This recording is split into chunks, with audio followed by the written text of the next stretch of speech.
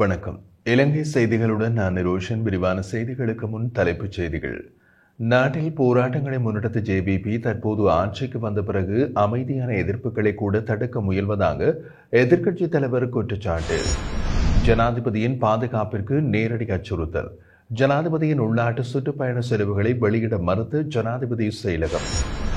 சுதந்திர தினத்தன்று யாழ் பல்கலைக்கழக மாணவர்கள் முன்னெடுத்த கருப்பு கொடி போராட்டம் தொடர்பாக ஒழுங்கு நடவடிக்கைகள் எடுக்க தயாராகி வருவதாக தகவல்.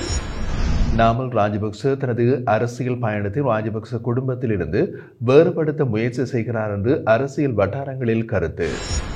தொடர்வது விரிவான செய்திகள்.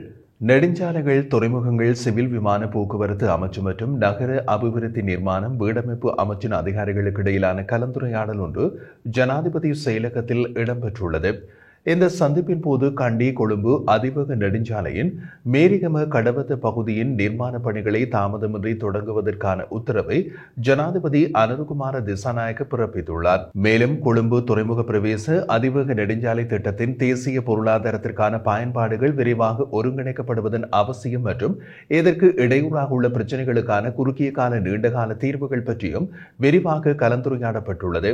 கொழும்பு நகர போக்குவரத்து நெரிசலை குறைப்பதற்காக புகையிரத கட்டமைப்பை மேம்படுத்துதல், பேருந்து மற்றும் பொது போக்குவரத்து சேவைகளின் தரத்தை உயர்த்துதல் ஆகியவற்றை உள்ளடக்கிய ஒரு முன்னோடி திட்டத்தை கொழும்பு மாவட்டத்தில் செயல்படுத்தும் வழிகளும் ஆராயப்பட்டன.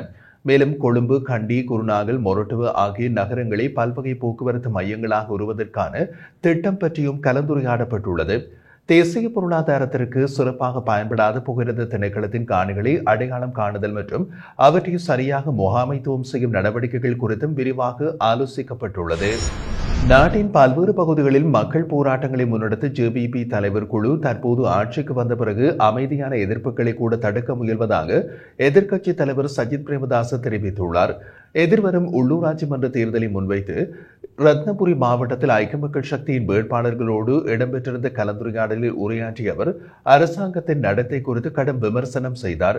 மேலும் சுகாதார விஞ்ஞான பீடத்தை முடித்த பல மாணவர்கள் வேலைவாய்ப்பின்றி இருப்பதாகவும் அரசு நிறுவனங்களில் வெற்றிடங்கள் இருந்த போதிலும் அவர்களுக்கு நியமனம் வழங்கப்படவில்லை என்றும் அவர் கவலை தெரிவித்தார்.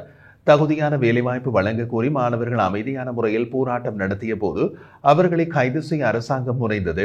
இன்றைய இளைஞர்கள் தங்களது ஜனநாயக உரிமைகளை இழந்துள்ளனர். சுயநலத்தால் இயங்கும் தற்போதைய ஆட்சியாளர்கள் எதிர்க்கட்சியாக இருந்தபோது போராட்டங்களை ஆதரித்தனர். ஆனால் இன்று மக்கள் எதிர்ப்பு தெரிவித்தாலே அவர்களை தடுக்கும் நிலைமை உருவாகியுள்ளது என்று சஜித் பிரேமதாச கடுமையாக விமர்சித்திருந்தார். ஜனாதிபதி அனுருகுமார திசாநாயக்கவின் பொய்யான மற்றும் போலியான வாக்குறுதிகளுக்கு மக்கள் இனி முற்றுப்புள்ளி வைப்பார்கள் என்று ஸ்ரீலங்கா பொதுஜன பெரமுனவின் முன்னாள் பாராளுமன்ற உறுப்பினர் இந்திக்கு அனுருத்த தெரிவித்தார். நேற்றைய தினம் பொதுஜன பெரமுன காரியாலயத்தில் நடைபெற்ற தொகுதி அமைப்பாளர்களுடனான சந்திப்புக்கு பிறகு ஊடகங்களுக்கு கருத்து தெரிவித்த அவர் எதிர்வரும் உள்ளூராட்சி மன்ற தேர்தலில் அமோக வெற்றி பெறுவோம் என்றும் உறுதி தெரிவித்தார். இந்திக்கு அனுருத்த மேலும் கூறுகையில் நாட்டுக்கு யார் உண்மையாக சேவை செய்தார்கள், யார் அரசு சொத்துக்களுக்கு தீ வைத்தார்கள் என்பதை மக்கள் நன்கு அறிவார்கள். மக்கள் விடுதலை முன்னணி கடந்த 75 ஆண்டுகால அரசியல் அமைப்புகளையும் அரசியல்வாதிகளையும் அவதூறாக விமர்சித்து வெறுப்பை தூண்டி தேர்தலில் வெற்றி பெற்றது. இன்று அந்த போலியான வாக்குறுதிகள் அரசாங்கத்திற்கு எதிராக திரும்பிக் உள்ளன. மக்கள் தங்களை ஏமாற்றிவிட்டதாக உணர்ந்து கொண்டுள்ளனர். வெறுப்பை தூண்டி அதிகாரம் கைப்பற்ற முடியும், ஆனால் நாட்டின் நிர்வாகத்தை சிறப்பாக மேற்கொண்டு செல்ல முடியாது என்பதனை தற்போதைய ஆட்சியாளர்கள் உணர்ந்து கொண்டுள்ளார்கள் என்றும் அவர் கூறியுள்ளார். நடைபெறவுள்ள உள்ளூராட்சி மன்ற தேர்தலில் நாடு முழுவதும் போட்டியிட உள்ளதாக அறிவித்த இந்திக்கு அனுருத்த 2018 ஆண்டு உள்ளூராட்சி மன்ற தேர்தலில் நாம் வெற்றி பெற்றதைப் போல இம்முறையும் பெரும்பாலான உள்ளூராட்சி சபைகளை கைப்பற்றி சிறப்பான வெற்றிகளை பெறுவோம் என்றும் தெரிவித்தார்.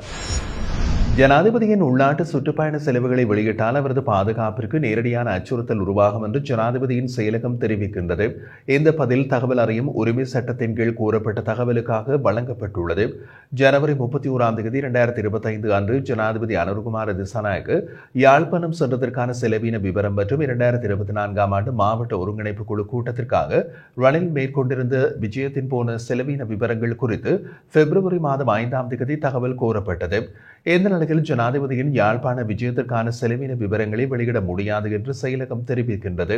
இதற்கான காரணமாக தகவல் அறியும் உரிமை சட்டத்தின் 2016 ஆண்டு 12வது பிரிவின்படி இது ஜனாதிபதியின் பாதுகாப்பை பாதிக்கும் ரகசிய தகவலாக இருப்பதாக குறிப்பிடப்பட்டுள்ளது. ஆனால் இதற்கு முரணாக கடந்த காலங்களில் ஜனாதிபதியின் யாழ் விஜயங்கள் தொடர்பான தகவல்கள் ஊடகவியலாளர்களுக்கு கொடுக்கப்பட்டுள்ளன. அத்துடன் ஜனாதிபதியின் வெளிநாட்டு விஜயங்களுக்கான செலவின விவரங்களும் இதற்கு முன்னர் வெளியிடப்பட்டது. இந்த நிலையில் தற்போது உள்நாட்டு விஜய செலவினை மட்டும் மறுப்பது சந்தேகத்திற்கு இடமளிக்கின்றது. மக்கள் பொது நிதியை செலவினத்திற்கு பயன்படுத்தப்பட்டது. அதன்படி மக்களின் வரைபடத்தில் செலவிடப்பட்ட இவ்வகையான விவரங்கள் பாதுகாப்பு காரணங்களால் மறைக்கப்பட முடியுமா என்ற கேள்வியும் எழுந்துள்ளது. மேலும் ஜனாதிபதியின் வெளிநாட்டு செலவின விவரங்கள் தெரிவிக்கப்படும் பொழுதே உள்நாட்டு செலவினத்தில் பாதுகாப்பு பிரச்சினை ஏற்படுகிறதா என்றும் பலர் கேள்வி எழுப்பியுள்ளனர். இதன் மூலம் அரசாங்கம் தகவல் அறியும் உரிமையினை கட்டுப்படுத்த முற்படுகிறதா என்ற சந்தேகமும் உருவாகியுள்ளது.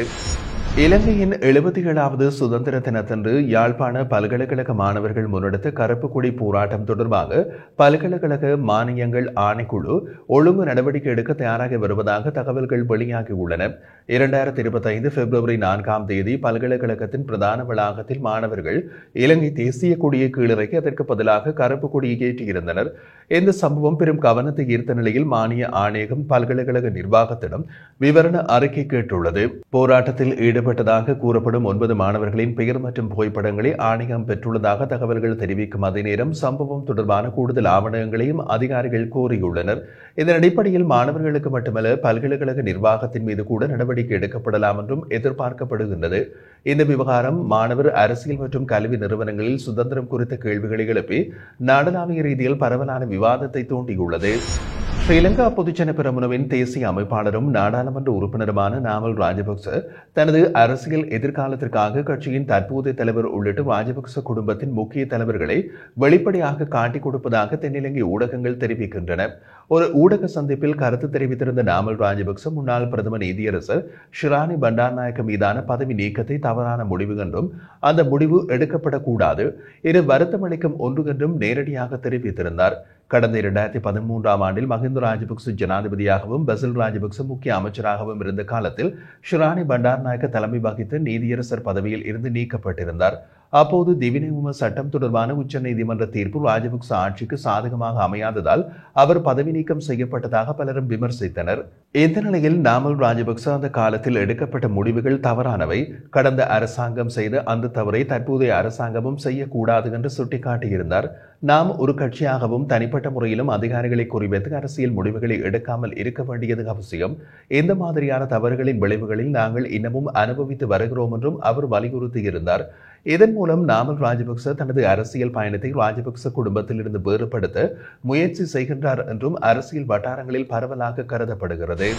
பணியிடை நீக்கம் செய்யப்பட்ட போலீஸ் மாதிபர் தேசபந்து தென்னகோனுக்கு தலைமறைவாக இருக்க உதவிய குற்றச்சாட்டில் ஒரு போலீஸ் கான்ஸ்டபிள் உள்ளிட்ட 2 கைது செய்யப்பட்டுள்ளதாக போலீஸ் ஊடக பிரிவு தெரிவித்துள்ளது. கைது செய்யப்பட்டவர்கள் விசேட பாதுகாப்பு பிரிவில் பணியாற்றும் ஒரு போலீஸ் கான்ஸ்டபிள் மற்றும் தலவத்துக்குட பிரதேசத்தை சேர்ந்த ஒருவர் என்றும் தெரிவிக்கப்படுகின்றது. இந்த இருவரும் பிப்ரவரி 17ஆம் தேதி முதல் மார்ச் 19ஆம் தேதி வரை தேசபந்து தென்னகோன் நீதிமன்றத்தில் முன்னிலையாகாமல் தலைமறைவாக இருக்க உதவியதாக தெரிவிக்கப்படுகிறது. முன்னதாக 2023ஆம் ஆண்டு வெலிகம பலன பகுதியில் ஒரு ஹோட்டலுக்கு அருகில் இடம்பெற்றிருந்த துப்பாக்கி சூட்டு சம்பவம் தொடர்பாக தேசபந்து தென்னகோனுக்கு கைது பிடியாணை பிறப்பிக்கப்பட்டது. 20 நாட்கள் தலைமறைவாக இருந்தவர் கடந்த 19ஆம் தேதி நீதிமன்றத்தில் சரணடைந்திருந்தமை குறிப்பிடத்தக்கது.